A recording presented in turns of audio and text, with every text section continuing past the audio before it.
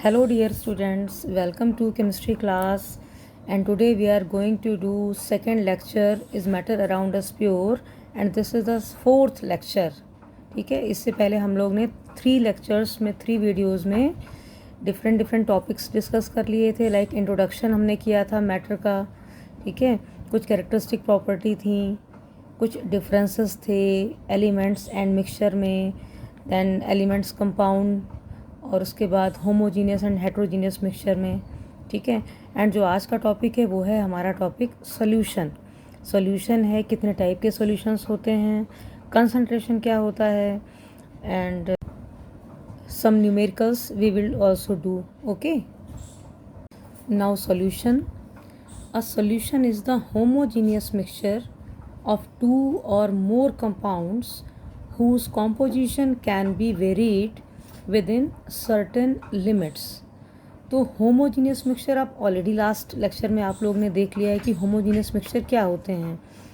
जब solute solvent में completely uniformly mix हो जाए, that type of mixtures are called homogeneous mixture.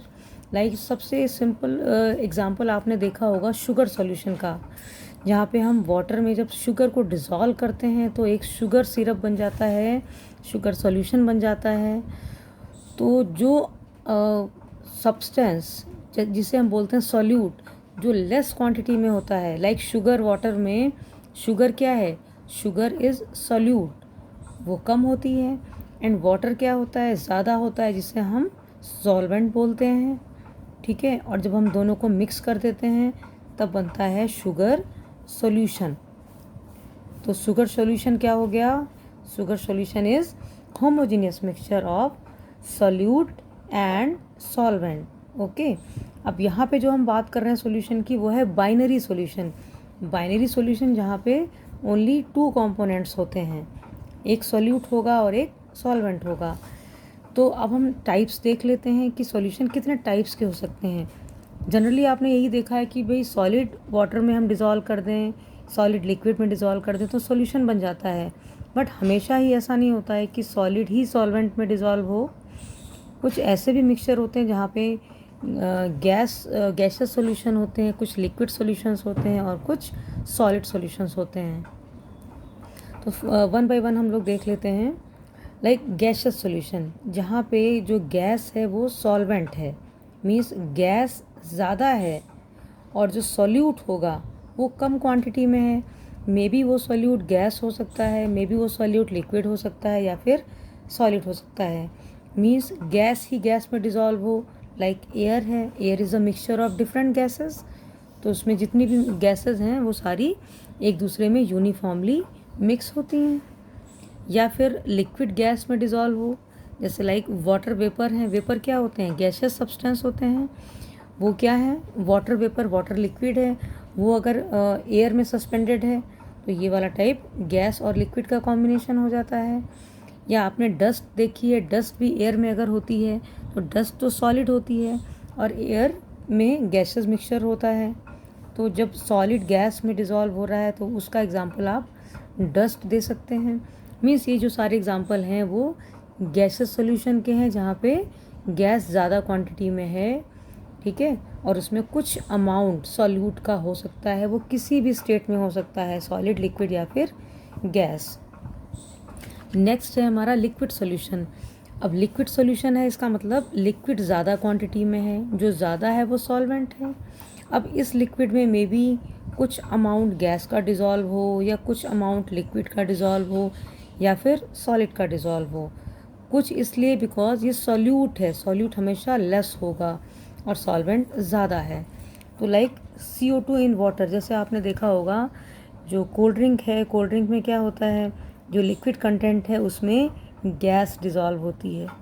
तो CO2 इन वाटर एग्जांपल हो गया गैस इन लिक्विड.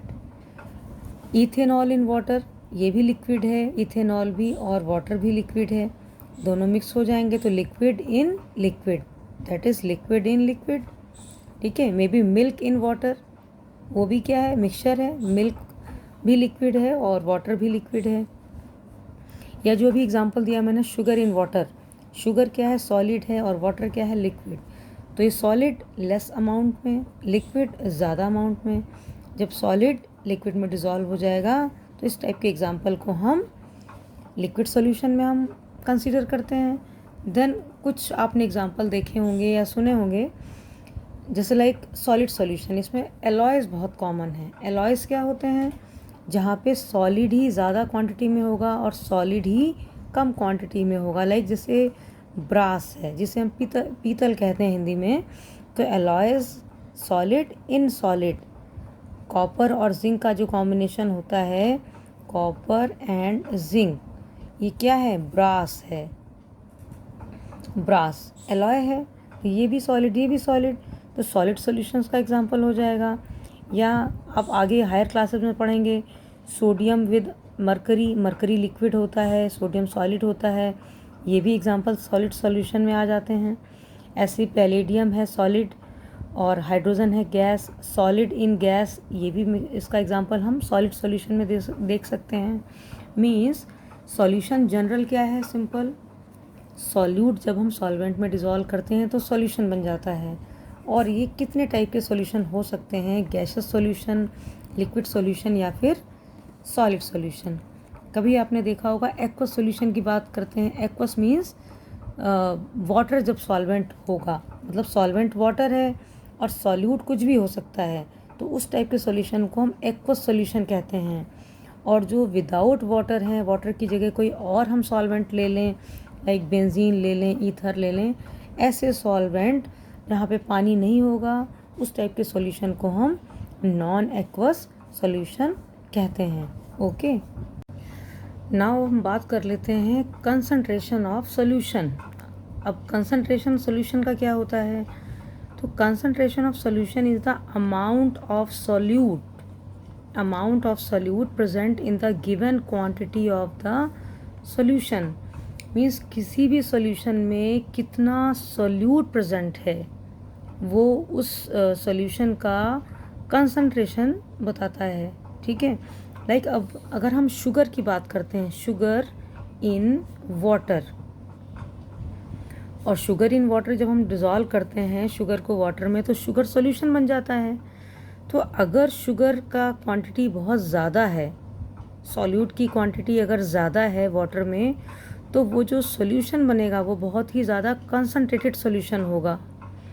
बट अगर शुगर की क्वांटिटी कम है, लाइक 1 स्पून शुगर हमने 1 ग्लास ऑफ वाटर में डिज़ोल्व कर दिया, तो जो सॉल्यूशन होगा वो डाइल्यूट सॉल्यूशन होगा, मतलब उतना कंसंट्रेटेड वो नहीं होगा। मीन्स अगर सॉल्यूट ज़्यादा है तो जो सॉल्यूशन होगा वो कंसंट्रेटेड सॉल्यूशन होगा, और अगर सॉल्यूट कम है तो जो सॉल्यूशन होगा वो लेस कंसंट्रेटेड, या उसको आप डाइल्यूट सॉल्यूशन भी कह सकते हैं। मतलब किसी भी सॉल्यूशन में सॉल्यूट का जो अमाउंट होता है, क्वांटिटी होती है, वही उस सॉल्यूशन के कंसंट्रेशन को डिस्क्राइब करता है। ओके, अब इसमें हम कुछ टर्म्स पढ़ेंगे, लाइक मास परसेंटेज क्या होता है या वॉल्यूम परसेंटेज क्या होता है, और इस पर न्यूमेरिकल भी आपकी एनसीईआरटी में गिवन है। तो लाइक जैसे हमें किसी भी सब्सटेंस का, लाइक सॉल्यूट का या सॉल्वेंट का, अगर मास परसेंटेज निकालना है तो उसका क्या फॉर्मूला होता है? सिंपल सा, मास of the component upon total mass of solution into 100। Means जो सॉल्यूशन का मास है वो कितना है, और जिस सब्सटेंस का मास परसेंटेज हमें फाइंड आउट करना है वो कितना है, और परसेंटेज है, परसेंटेज के लिए इनटू 100 हमें करना पड़ेगा। अगर हम फॉर्मूले की बात करें तो it is very simple, like mass percentage of A is suppose solute है, ए इज सॉल्यूट, तो इस सॉल्यूट का कितना मास परसेंटेज होगा? मीन्स उस सॉल्यूट का mass upon total mass of solution, मतलब WA तो सॉल्यूट का मास हो गया, WB सॉल्वेंट का मास हो गया, सॉल्यूट को पानी में या हमने सॉल्वेंट में डिज़ोल्व कर दिया तो ये टोटल मास सॉल्यूशन का आ जाएगा। अब उसमें कितना मास सॉल्यूट का प्रेजेंट है उसको हम सॉल्यूट के मास को डिवाइड कर देंगे सॉल्यूशन के मास से, इनटू 100 कर देंगे, so you will get the mass percentage of solute. अब अगर हमें सॉल्वेंट का मास परसेंटेज फाइंड आउट करना है, लाइक B इज सॉल्वेंट,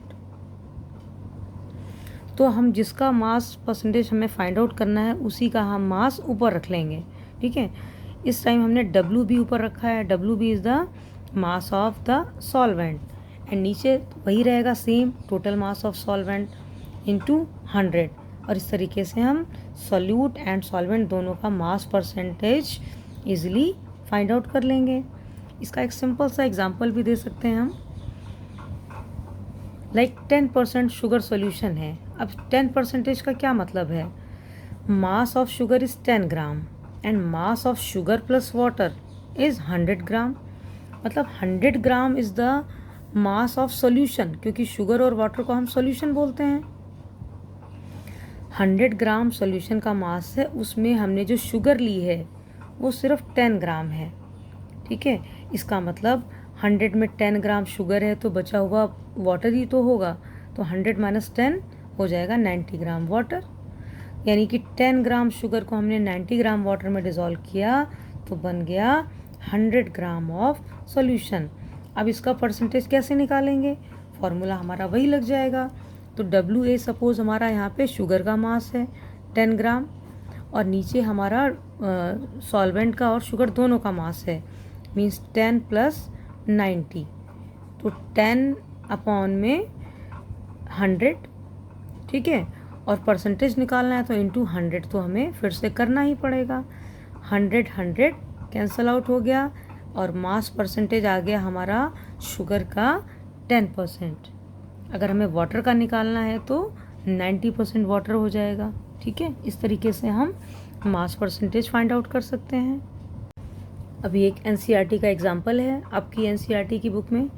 तो example 2.1, a solution contains 40 gram of common salt in 320 gram of water. मतलब एक सॉल्यूशन है जिसमें हमने 40 ग्राम तो सॉल्ट ले लिया है और उस सॉल्ट को हमने 320 ग्राम वाटर में डिज़ोल्व कर लिया है। इट मीन्स जो सॉल्यूशन हमारा बनेगा वो क्या होगा, 40 प्लस 320, दोनों को हम ऐड कर देंगे सॉल्यूट को और सॉल्वेंट को, तो you will get salt solution, ठीक है। तो मास जो हमारा आएगा सॉल्ट सॉल्यूशन का वो 320 प्लस 40 होगा। Now you will have to calculate the concentration terms of mass by mass percentage of the solution. हमें मास परसेंटेज निकालना है सॉल्यूशन का, कितना सॉल्यूट लिया है हमने उसमें। तो लाइक सॉल्यूट का मास इस 40 ग्राम गिवन है, सॉल्वेंट का मास 320 ग्राम ये भी गिवन है, तो सॉल्यूशन का मास कितना हो जाएगा, सॉल्यूट का मास एंड सॉल्वेंट का मास दोनों को ऐड कर दिया, तो ये हो गया सॉल्यूशन का मास। अभी हमें मास परसेंटेज निकालना है, मीन्स किसका परसेंटेज निकालना है, सॉल्यूट का। तो सॉल्यूट का निकालना है तो सॉल्यूट का मास हम ऊपर रखेंगे। अगर इन केस सॉल्वेंट का पूछा जाता तो अब सॉल्वेंट का मास रख लेते, ठीक है। तो मास ऑफ सॉल्यूट जो गिवन है 40 ग्राम और सॉल्यूशन का मास जो हमने यहाँ पे ऐड करके निकाल लिया है, इनटू 100 हमेशा करना पड़ेगा क्योंकि जब हम बात परसेंटेज की करते हैं तो 100, ठीक है। तो 40 divided by 360 into 100 and that is 11.1%। तो ये सॉल्यूट का मास परसेंटेज है, ठीक है। बिल्कुल सेम ऐसे ही सेकेंड टर्म है इसमें volume percentage. It is just like mass percentage, बस मास में हम जो भी क्वांटिटी होती है उसे हम ग्राम में रखते हैं, एंड जब हम बात वॉल्यूम की करेंगे तो वहाँ पे हम ml मिलीलीटर में रख लेंगे या फिर लीटर में रख लेंगे, ठीक है।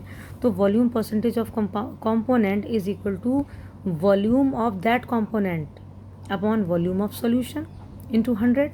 मीन्स अगर हमें सॉल्यूट का वॉल्यूम परसेंटेज निकालना है तो सॉल्यूट का वॉल्यूम हम ऊपर रखेंगे और नीचे रखेंगे सॉल्यूशन का वॉल्यूम इंटू 100, ठीक है। तो अगेन यहाँ पे ए और बी दो कंपोनेंट है, ए मीन्स सॉल्यूट अगर सपोज है और बी हमारा सॉल्वेंट है, तो हम क्या करेंगे, वॉल्यूम परसेंटेज अगर हमें सॉल्यूट का निकालना है तो सॉल्यूट का ही वॉल्यूम ऊपर रखेंगे और नीचे रखेंगे सॉल्यूशन का वॉल्यूम। सॉल्यूशन मतलब सॉल्यूट एंड सॉल्वेंट दोनों के वॉल्यूम को हम प्लस कर देंगे तो सॉल्यूशन का वॉल्यूम आ जाएगा और इंटू 100, तो वॉल्यूम परसेंटेज आ जाएगा सॉल्यूट का।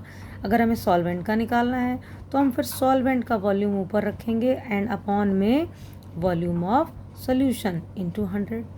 मीन्स जिस भी कंपोनेंट का वॉल्यूम परसेंटेज निकालना है तो हमें उस कंपोनेंट का वॉल्यूम ऊपर रखना पड़ेगा एंड डिवाइड करना पड़ेगा टोटल वॉल्यूम ऑफ सॉल्यूशन से इनटू 100।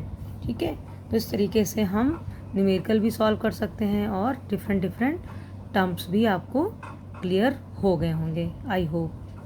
तो that's all for today, thank you for watching.